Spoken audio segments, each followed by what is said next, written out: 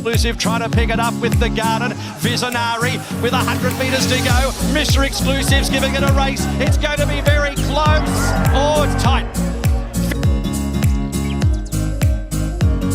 From Do It, Lauren, Taj Need back to the inside from Typhoon, Tetmas at the 100. She's Lickety Split, draws away. She's Lickety Split is going to do it and score 3/4 time. Jay's dual cannonball, so it's Giga Kick finding 50 metres to go. Buena Noches is going to lunge. Giga Kick on Buena Noches. It's very, very close, but I think Giga Kick's held it. Red Sun Sensation, and then Artzino, but it's all Mr. Maestro. This is going to absolutely trot in. How easy. Mr. Maestro won it really well. Welcome back to my channel for the first day of the Caulfield Cup Carnival, with the running of obviously the Group 1 Caulfeild Guineas Might and Power Stakes and the Toorak Handicap. 10 races on this wonderful card, with all racing being stakes racing. Very keen to get into the meeting and find some winners, so let's do that now, because I'm very keen on a couple, and I think the Navy Blue are going to have a good day here at Caulfield. Race 1 at Caulfield, and I'm with Prince Darwello here for the Hayes boys and Luke Nolan. I'm pretty keen on this horse, actually. Bred well. Senior rider on, drawn the inside, and that's handy for a 2-year-old. This horse can just follow the rail. And at $5, I thought that was a spoil. I think it'll be winning here. King's Gambit must be respected, coming down from Sydney for the Snowden camp, and they do book Blake Shin. It does get barrier 6, which is all a pretty good barrier for the 2-year-old. Adeem, Ferroli and McAvoy's can run well, and Pure Paradise I thought was over the odds at $14, but I'm with Prince Darwello, or Duhallow, in the listed debutant stakes, 25 to win, pretty keen. Race number 2 at Caulfield is the listed weekend Hussler Stakes. What a horse he was. And I think Old Flame's the one to beat here. 9 starts for the 4 wins and 2 seconds and a third. Coming out of a very strong race last start and getting second in the Shannon Stakes in Sydney. And prior to that race in a benchmark handicap at Rosehill, winning by a very small margin. But third up, this horse absolutely excels. He's very good third up in having 2 starts for a win and a third. Loves this distance. 6 starts for the 4 wins and a second. One start at the track and distance for a second behind Paperboy. Goes on anything, and I think with Jamie Carr, 57 kilos, barrier 4 is clearly the one to beat. Cardinal Gem for second. Very good chance. I found it actually very hard to split Cardinal Gem and Old Flame. I've gone with Old Flame for the reasons above, but look, Cardinal Gem, she drops a lot of weight from her last start with Flemington. She's going to find better ground. Fit, in form. Geordie Child's on, knows the horse well, so hard to knock it. Jimmy the Bear, ever so consistent. You know what you'll get from him. He'll be charging home late. And Regards Marie, I thought looked over the odds second up for Mark Zara and Nick Ryan, drawn barrier 9. But I'm with Old Flame, 30 to win, and 10 to win the saver on Cardinal Gem in the listed weekend Hustler Stakes, race 2 at Caulfield.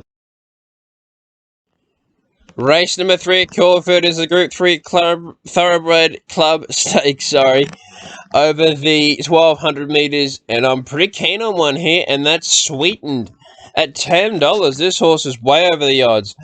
I marked it around a $5, maybe $6 chance, and the fact we're getting $10 is an absolute spoil. Damien Oliver riding 56 kilos, and from its last start drops a kilo, but does fare worse at the barriers, enjoying a wide barrier in barrier 16. Then to complement that, you do get Damien Oliver sticking, which is a good chance. And I think it was a very good win on debut, and I'm very keen to see how it goes here. And at $10, it's a good price. Wee Nessie was a great win last start, though was just going to win. Nothing was going to beat it. Does get James McDonald for the Mick Price and Michael Kent Jr.'s team, and is $11. Troach for the Cummings team, who I think are going to have a big day, for third. Craig Williams on barrier 14. Probably dented his chances a little, but it is in form and can win. And Hellhound, I'd be forgiving of its run in the Captain Tees. Didn't get a lot of luck, and Damien Lane sticks. Barrier 7, good chance at $10. But in a race riddled with value, I'm with Sweeten in the Group 3 Thoroughbred Club Stakes, 25 the win. Race number 4 at Caulfield is the listed Caulfield Village Stakes, again over the 1200 metres, and I'm with Zethus. I had this horse for second last start at the Valley and it won. And it was a very impressive win, beating Clemenceau. They did have the pattern to suit on that day, but it did win impressively, winning by a length. Jamie Carr Sticks drops 4.5 kilos from its last run. Drawn better here in barrier 14. I don't think it's going to be in trouble from out there, and I think it just should be winning here. Triple Missile I've got for second. Lindsay Smith trained galloper who's back at the races, and it's great to see him back. He's 7 from 13, but I don't think he can score another win here first up. But he is 3 from 5 first up and 4 from 7 at the distance, and does go on any track, so there's a good chance. Gravina, the stablemate to Zethus, I originally thought was a bit short at $4.80, but now it's got out to the $5. It looks a bit interesting. Wouldn't want it too firm, because this horse does primarily like soft ground, but does like the distance and is effective third up with 2/3 from 3 starts. So good chance. And Prince of Boom finally gets back on a good track for Robert Heathcote, or a better surface for Robert Heathcote. I'm keen to see how he goes, but I'm with Zethus in the listed Caulfield Village Stakes, 35 the win. Pretty keen. Race number 5 at Caulfield is the Group 2 Herbert Power over the 2400 metres. You win this and you're in the Caulfield Cup. And I think Persan can take this, yeah? What a run it was last start. Showing good form, or showing he's back to form in running third at the Valley over an unsuitable distance, where he had to make ground, where it was an on-speed leader bias track that day. And I think he did a very good job on soft 6 ground. Finds probably a better surface here. Loves the 2400, placing from 1, 2, 3 from each start over the 3 tries at the distance. 3 goes at the track and distance for a win, second and a third. And the last time this horse was third up, he ran third in the Caulfield Cup. So don't underestimate him. He's a very good chance. And you can never underestimate the stable with their stayers. And Damien Lane sticking is a big push for this horse. And I think at 750 is a very, very good winning chance. Desert Icon for second. Look, you know what you're going to get from him. He's going to go forward. James McDonald on. Very good chance. Just wanting to know if he can run the 2400, but if he can, he's a big chance here.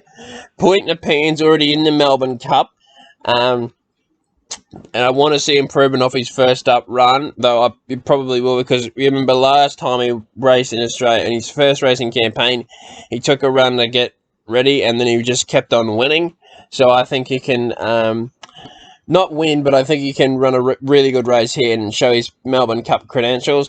And Grand Promenade, the other Mar Eustace runner in the race, I think can also run well, but just can't see it winning. But Persan for mine in the Group 2 Herbert Power Stakes, 25 the win.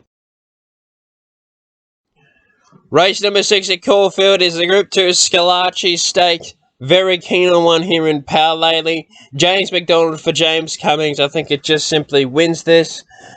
Because they still haven't filled their Everest slot Goldolphin, and this horse might be on their radar, and I think he can be right on their radar here with a dominant win in this race. Second up goes well, 4 starts for the win in the second.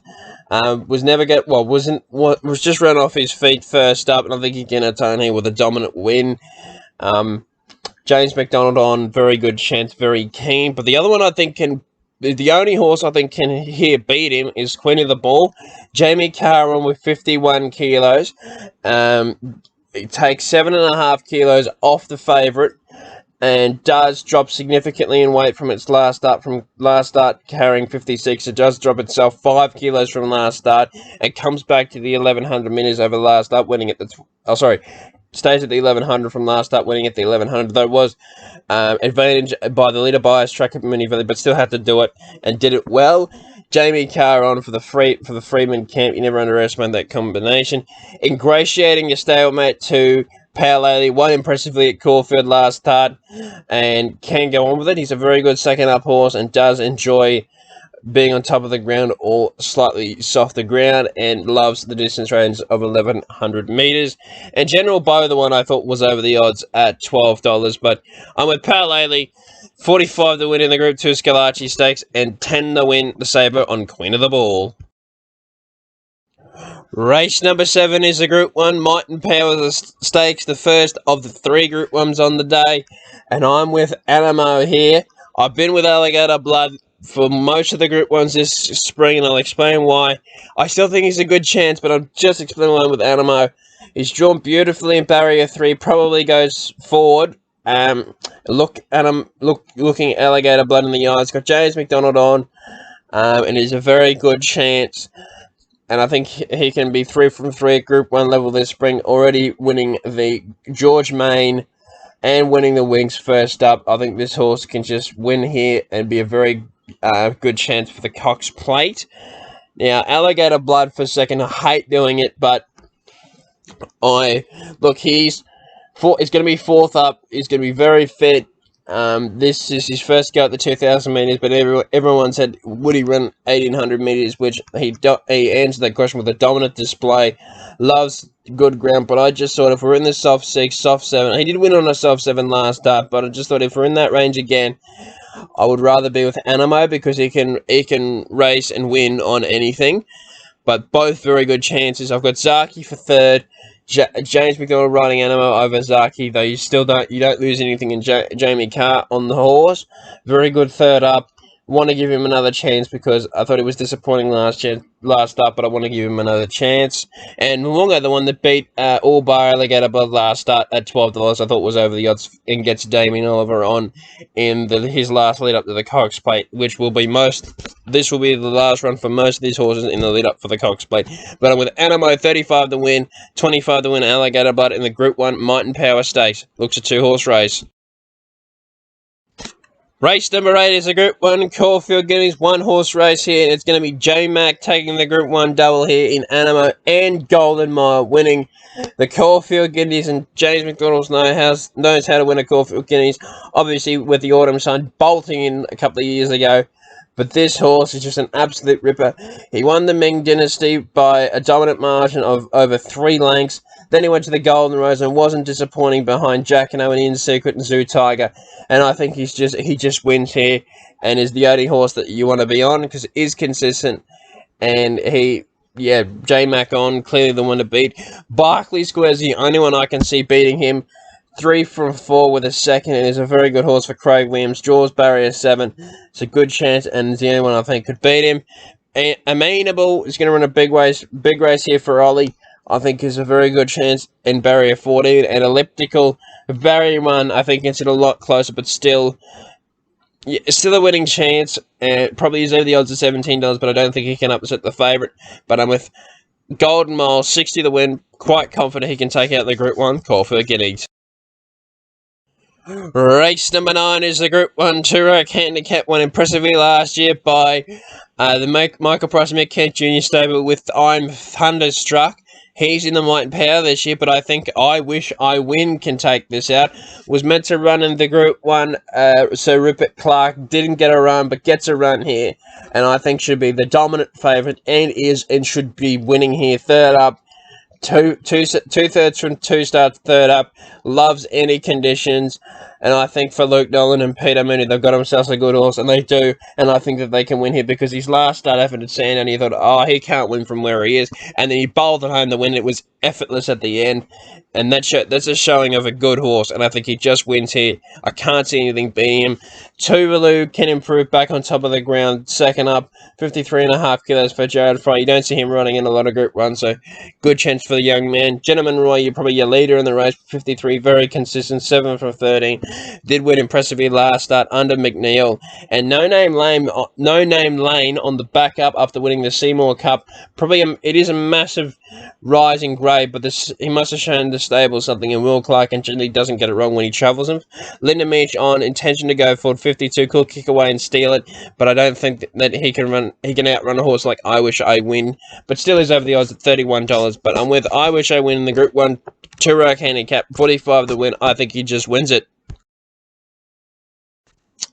And race number 10 for the final event of the day is the Group 3 Northwood Plume Stakes. And Damien have a link with Goldolphin here, and I think that they can win the last with Zapateo. Very good chance. Won the Toy Show Quality a couple of starts ago in Sydney, winning it impressively. Then came the Caulfield last start and won again impressively with Damien Oliver on its back, beating the favourite, well, the short price favourite Chain of Lightning on heavy ground, back onto a better surface. We'll see this horse succeed, and I think it'll be winning the last here. 240. Take the price. Will start a lot shorter on the day. Another award for second, the South Australian visitor coming over for Jason Holden and Andrew Glewis. I think can run a race. The Giraffe probably needs another, or probably will need the run. Well, will need the run first up for Damien Lane and Manny Roman. And Paul's Regret, I thought, was over the odds, considering has a very good record for Jared Fry and Peter Chow, but probably is outclassed here. But I'm with Zapateo in the Group 3 Northwood Plume Stakes Race 10 at Caulfield. Thank you for watching my preview for Group 1 Toorak Handicap Day, also featuring the Group 1 Guineas and the Group 1 Might and Power, the last lead up for the Cox Plate. Hope you've enjoyed it. I hope I fed you a winner, and I hope you're back a winner. And I'll see you next Wednesday for the Group 1 1000 Guineas Prelude, the second day of